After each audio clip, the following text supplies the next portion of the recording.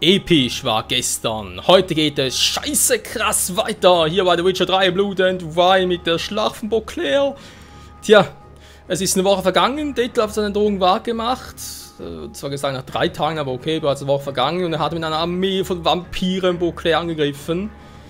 Tja, wir haben die Wahl. Wollen wir ihn auf die, sag ich jetzt mal, freundliche Art und Weise herausfordern mit ja, der guten alten Siana, also sprich so einer Geliebten eigentlich, der Schwester von Anna Henrietta, oder aber gehen wir den gefährlicheren Weg, suchen den Unsichtbaren, ja, der heißt tatsächlich so, einer der ältesten und mächtigsten Vampire überhaupt, der, weil das hier sein Gebiet ist in Toussaint, der dann Detlef befehlen kann, hier aufzutauchen und dann Detlef gehorchen muss, was natürlich, wir müssen erstmal davon überzeugen, weil ganz ehrlich so, Vampir, der älteste, also zu den ältesten Mächtigsten gehört. Ich bezweifle, dass der auf uns hören würde.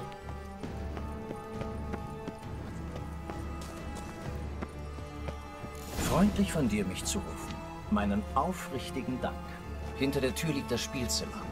Ich habe einen der meinen beim Schnüffeln gefunden. Der kommt uns nicht mehr in die Quere.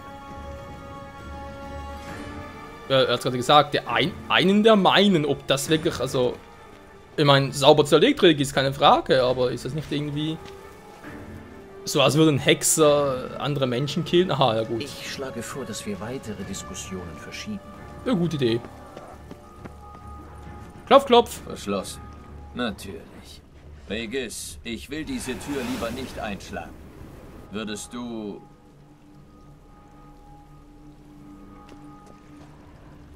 Scheiße.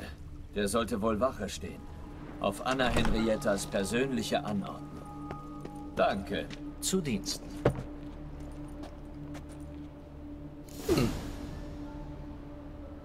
Da wäre sogar Kaiser mir begeistert. Keiner da. Wir sollten uns wenigstens mal umsehen. Ja, wie was er erwähnen wollte. Seine Verbeugung, da wäre sogar Kaiser M hier begeistert.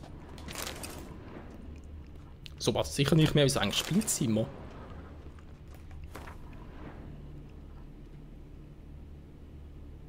Okay. Ist da was drin? Nein, nichts. Mach's kaputt, dann siehst du es sowieso.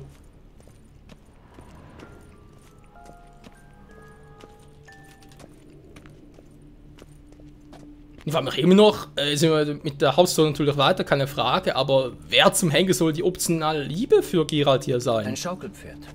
Ziemlich abgenutzt. Ist wohl viel im Einsatz gewesen. Ein Zinnsoldat.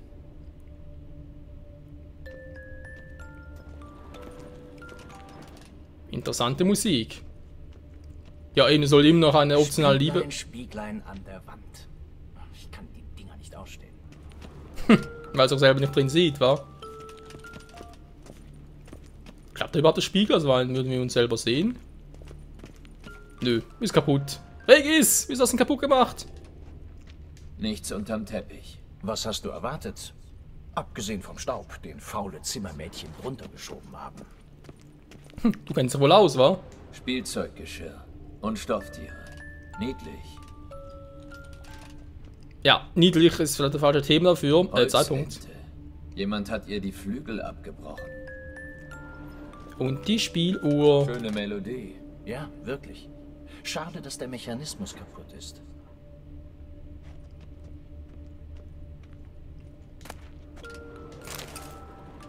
Was zum... Ein Notizbuch. Eigentum von Isabelle de Roquefort, Hofgouvernante. Die Aufzeichnung von Sianas und Anna Henriettas Kinderfrau, als sie noch klein waren. Keine Ahnung, ob die nützlich sind, aber es kann wohl nicht schaden, mal hineinzusehen. Siana hat mir heute ein Bild geschenkt. Niedlich. Darauf waren frisch enthauptete Leichen in ihrem Blute zu sehen. Eigentlich doch nicht so niedlich. Ich fragte, warum sie solche Sachen malt.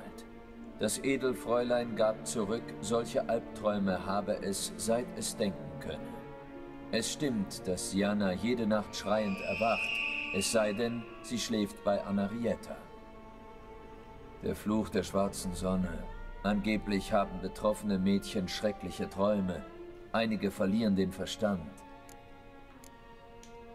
Heute haben die Mädchen sich gezankt. Ich muss bemerken, dass sie sich nicht gerade wie künftige Damen betragen. Es kam sogar zu Handgreiflichkeiten. Anna Henrietta schlug zuerst zu. Syanna gab ihr mit gleicher Münze heraus. Als ich sie trennen konnte, hatte Anarietta schon 2 Zähne eingebüßt. Sie lief zu ihren Eltern. Der gnädige Herzog wollte meine Version der Ereignisse nicht hören. Er gab Syanna die Schuld und schwor, sie ernstlich zu strafen. Anarietta tat, was sie konnte, um das Strafmaß zu mildern, aber Herzog und Herzogin waren unerbittlich. Zitze. Ist man einmal das schwarze Schaf, wird man den Ruf schwer wieder los. Leider war, aber bedenkt man, sie war ein kleines Mädchen, also... Naja, Elternliebe sieht anders aus. Heute begleitete ich die Mädchen zum ersten Mal in das Land der 1000 Märchen, wo wir den halben Tag verbrachten. Zuerst spielten wir mit Däumelinchen, dann mit Barbarossa, der für einen Briganten und Piraten recht galant war. Allmählich scheint mir, dass Isabelle de Roquefort unter potenten Halluzinogenen stand, wenn sie etwas hier hineinschrieb. Cannabis rudelaris vielleicht. Psst, unterbrich mich nicht. Ich ziehe die Haube vor Meister Artorius Vigo angesichts seiner Errungenschaften. In den arkanen Künsten sucht er seinesgleichen. Halt! Artorius war hier der Hofmagier und Spezialist für Illusionen. Das heißt... Regis, zum letzten Mal. Halt den Schnabel, sonst gehst du in die Ecke. Die Mädchen sagen, wenn ich je alleine hingehen möchte, soll ich nur das Land der 1000 Märchen aufschlagen und Expecto Ludum sagen. Ein Buch als Schlüssel zu einer Illusion. Das wird ja immer interessanter. Die Anspielungen, hey, ernsthaft jetzt? Aber gut angebracht, Respekt, liebe Entwickler. Heute sind die Magier der Kammer eingetroffen, um Syanna zu untersuchen. Ich weiß nicht, welche Schlüsse sie gezogen haben, aber der gnädige Herr ist gar nicht mehr er selbst. Fluch der schwarzen Sonne. Zweifellos wurden damals die Symptome diagnostiziert. Jedenfalls dachten sie das. Weiter. Ich wagte den Herzog zu fragen, was aus dem Mädchen werden soll. Er gab keine Antwort. Oh oh. Ich gab den Mädchen heute eine Lektion Nilfgaardisch. Syanna gibt sich Mühe, aber das Vokabellernen fällt ihr schwer. Anarietta ist begabter, allerdings auch impertinenter. Als sie mich außer Hörweite glaubte, bezeichnete sie mich als Bloede Kusse. Syanna und sie wären bald erstickt vor Lachen. Bloede ist klar, aber was heißt Kusse? In der melodiösen Sprache unserer nicht allzu freundlichen südlichen Anrainer bezeichnet dieser Begriff die vielblättrige Blüte in jenem Bereich, den wir so schnöde als Schritt bezeichnen.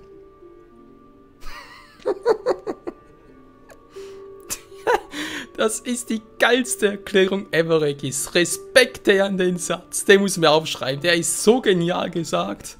Ein Kuss, ich dachte zuerst noch von wegen, okay, Blöde, klar, blöde, Kusse, vielleicht Tusse.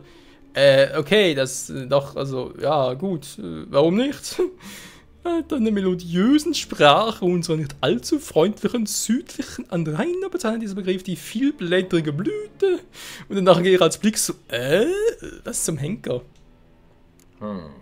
Mag abenteuerlich anmuten, aber was, wenn Anna Henrietta Syanna in diese Illusion gebannt hat? Das ist nicht unmöglich. Dort wäre sie sicher gewesen. Und allein. Mal sehen. Wo Expecto Patron, ist Verspruch. Verschlossen. Schlüssel? Schlüssel. So ein Schlüssel. Nicht Schüssel. Schüssel. Sieh da. Ein Schlüssel hinter einem Bild. Das ist ja richtig klassisch. Ich weiß, ein bisschen langweilig. Regis? Suchen statt schwatzen, Geralt. Schnauze, Regis. Die Ecke mit dir. Lass mich bitte mal vorbei. Alter, ich weiß, du, wenn du in Monsterform gehst, bist du schon ein bisschen breit, aber okay. Man hat Regis wohl ein bisschen zu breit programmiert. Naja. Klopf, klopf.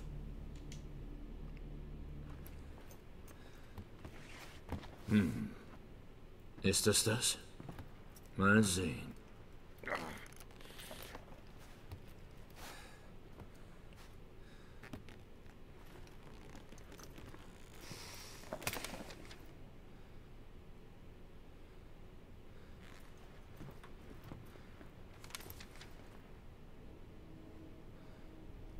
Expecto Ludum.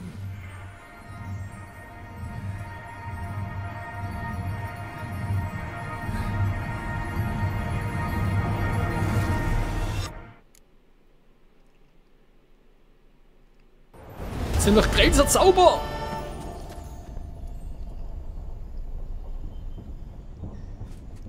Regis?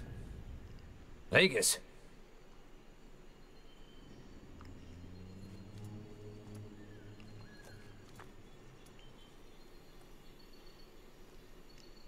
Land der 1000 Märchen. Unglaublich.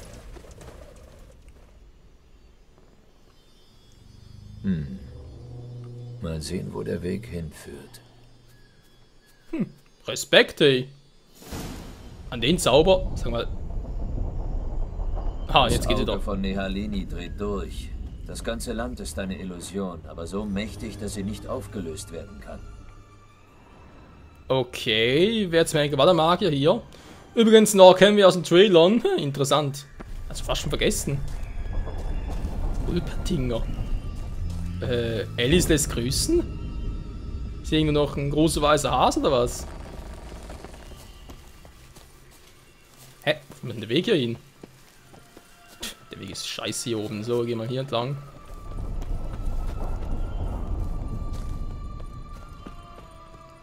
Syana, bist du irgendwo hier?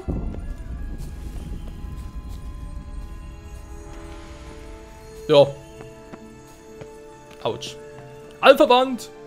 Die Frage natürlich, wie komme ich wieder raus? Weil, ja, so generell gefragt, das Buch kam glaube ich auch mit uns. Also Regis kann uns gar nicht zurückholen. Schöne Scheiße. Was knallt denn ständig so? Lass ihn raus, verdammt nochmal. Er hat meinen Lebkuchen gefuttert. Jetzt wird er gefuttert. Ernsthaft?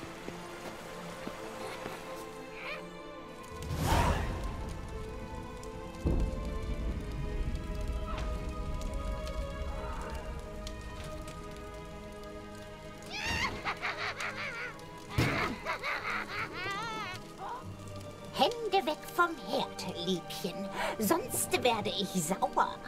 Dann mach du ihn auf.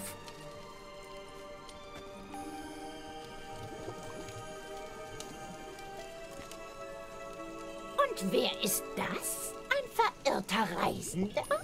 Du solltest nicht hier sein, mein Bester. Du bist aber alt und bleich. Naja, keine Sorge.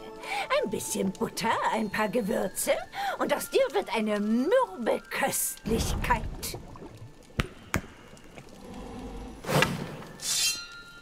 Gleich, wenn ich dich gefangen habe. Ernsthaft? Kampf gegen die Hexe? Wow! Was ist denn das jetzt? Du wirst dich doch nicht vor ein paar Zauberpflanzen fürchten. Schnauze da drüben auf billigen Plätzen.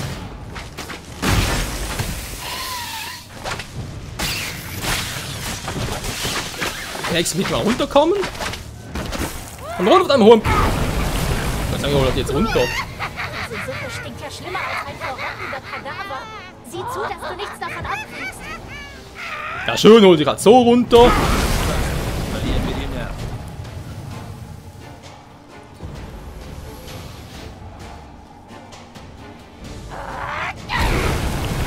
Daneben! Ja, bloß haben sie wieder ein paar neue nachspießen.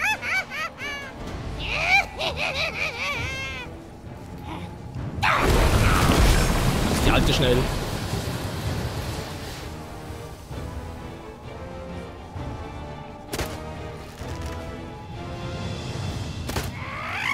Was, klappt nicht? Ich besiege die böse Hexe, du bist gut. Die da klappt ja nicht.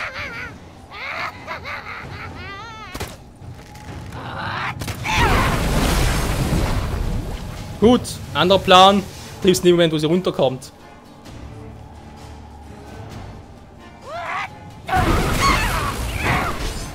Sei vorsichtig. Glückwunsch, Hexe. Du hast gewonnen. Scheiß Hexe, ey. Was zum Teufel war das? Die Knusperhexe. Von der hast du doch schon gehört. Also, wohin hat sie den Schlüssel getan? Hör mal, wo hast du die Waffe her? Sie gehörte dem Märchenprinzen. Er braucht sie nicht mehr. Ah, da ist er.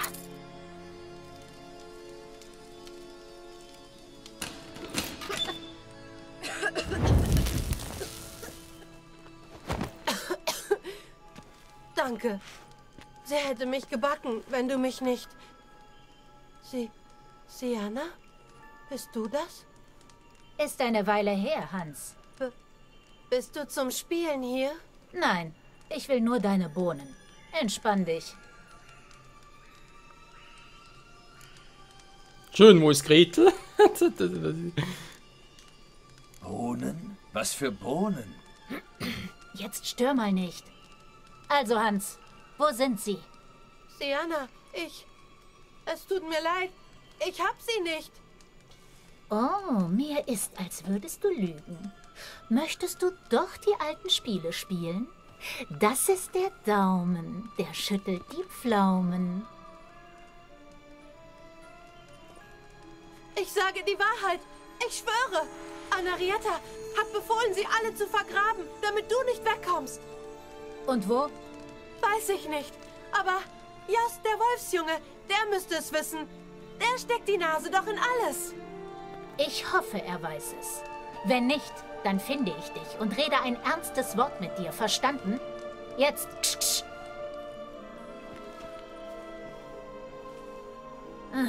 Also schön. Was willst du hier? Mir kam gerade eine Idee, aber ich hoffe, es ist nicht das, was ich gerade denke. Wegen unserer optionalen Romanze. Eine verlorene Kindheit zu finden, wäre es, glaube ich, jetzt ewig. Ich bin hier, um dich zu befreien. Freundlich von dir, aber Zeitverschwendung. Ich befreie mich selbst. Vielleicht nicht. Mit meiner Hilfe würdest du dich leichter tun. Das hast du ja gerade gesehen. Und du hast noch nicht erklärt, was ich dich schere. Detlef. Er will Anna Henrietta zwingen, dich freizulassen. Er lässt Beauclair von Vampiren angreifen. Klingt ganz nach Detlef. Aber du bist doch nicht zum Tratschen hierher gekommen, oder? Komm zur Sache, bitte. Ist das nicht klar? Ich kämpfe an deiner Seite. Wir wollen dich beide hier rausbringen. Du, um deine Freiheit wiederzukriegen. Ich, weil das Chaos in der Stadt aufhört, sobald du dich mit Detlef triffst. Du hast mich verraten. Wegen dir bin ich gefangen. Und jetzt willst du meine Hilfe? Das Leben steckt doch voller Überraschungen. Ich würde dir ja sagen, du sollst dich schicken. Aber wenn du die Wahrheit sagst, sterben Leute, die hiermit nichts zu tun haben. Das geht nicht. Detlef sollte nur die umbringen, die es verdient haben. Sonst niemanden. Gut, Hexe. Ich nehme dein Angebot an. Wir sind Verbündete. Deine Hand drauf.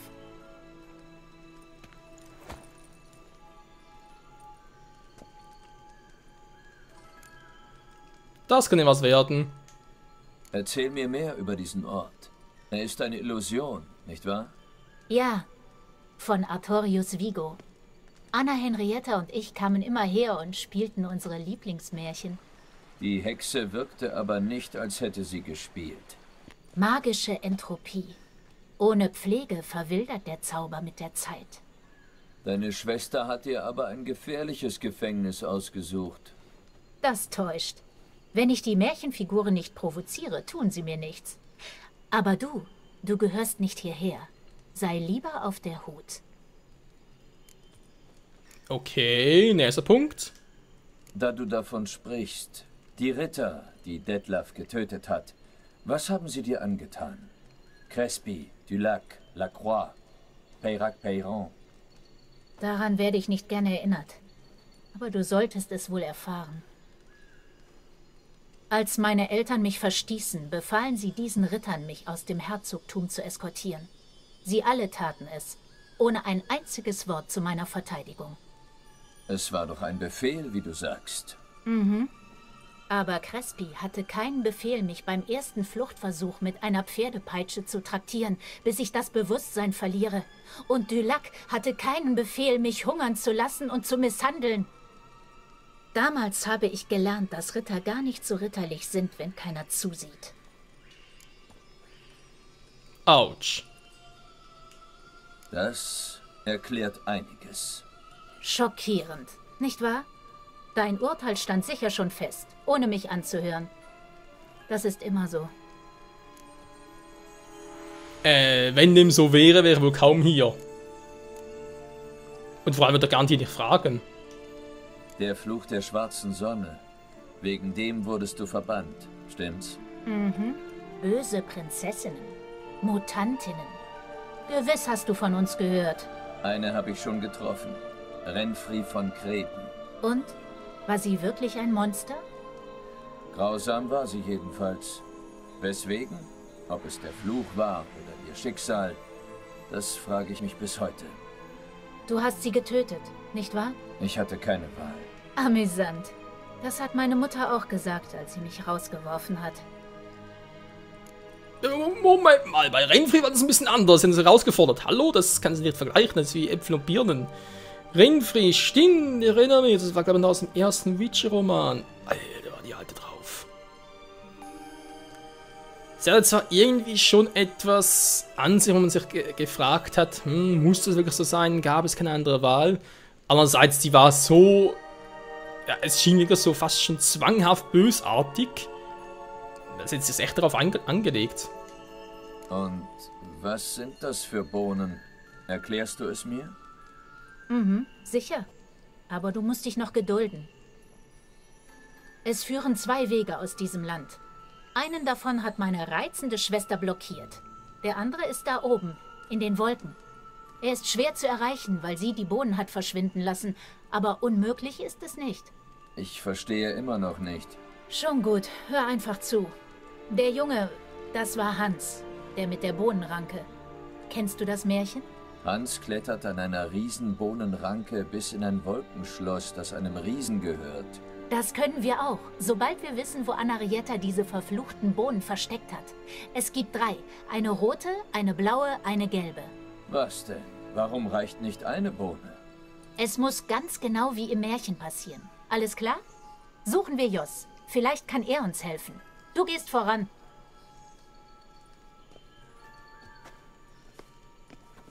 Was wäre von Hans? Jos ist meistens auf der Lichtung am Fuß des Bergs zu finden. Das ist ein Stück weg von hier, hinter dem Hexenhaus rechts. Ach du Scheiße. Ich hoffe, dass von mir nicht verlangt wird, dass ich das Märchen auch nachspiele, weil ich habe von dem Märchen keine Ahnung mehr. Ich habe es damals einmal gelesen. Oh.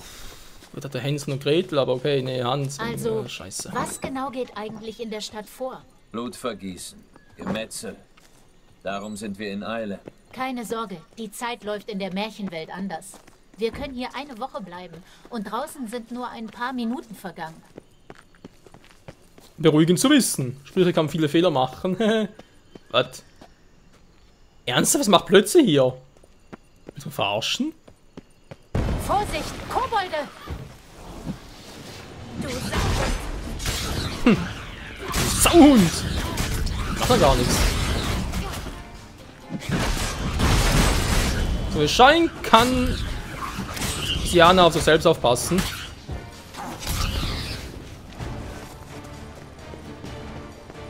Nicht die nettesten Kobolde, die ich je gesehen habe. Die wurden hier postiert, um die Märchenwelt vor Eindringlingen zu schützen. Also vor dir. Oh, Einhörner! Fangen wir sie ein. Dann müssen wir nicht mehr dauernd laufen. Ich nehme das in rosa. Ein rosa... Du willst nur verarschen. Toll. Ich hoffe, das war mit Axi.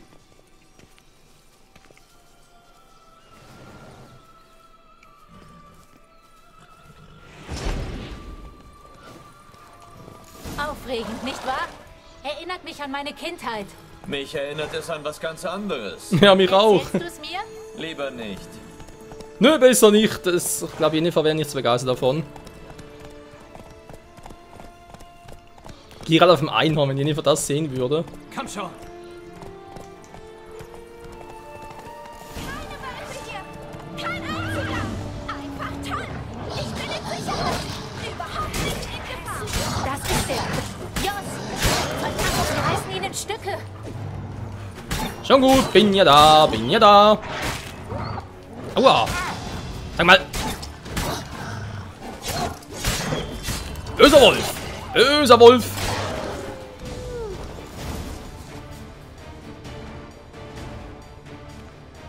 Schon gut, es ist vorbei.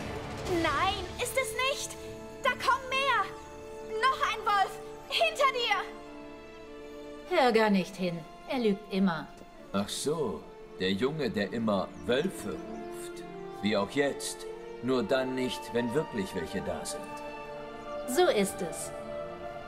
Hör mal, Kleiner. Hans sagt, dass du weißt, wo seine Bohnen sind. Ich weiß nichts, überhaupt nichts! Pass bloß auf, die Wölfe kommen!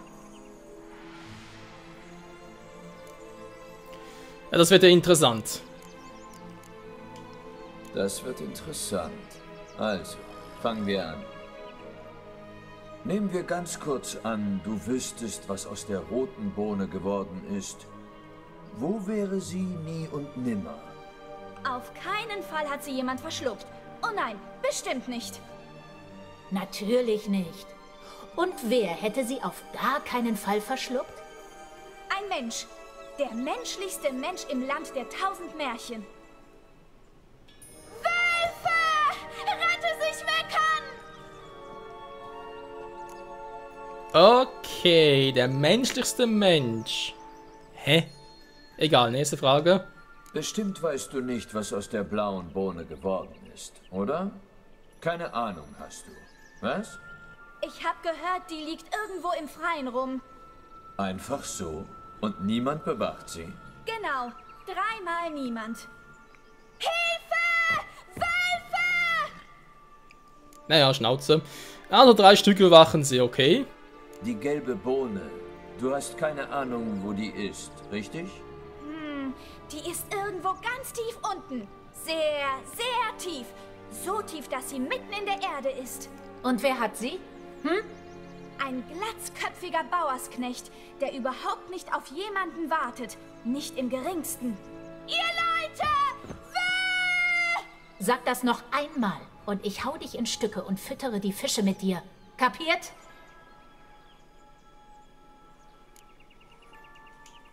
Also gut, wir sollten aufbrechen. Nehmt euch vor den Wölfen in Acht!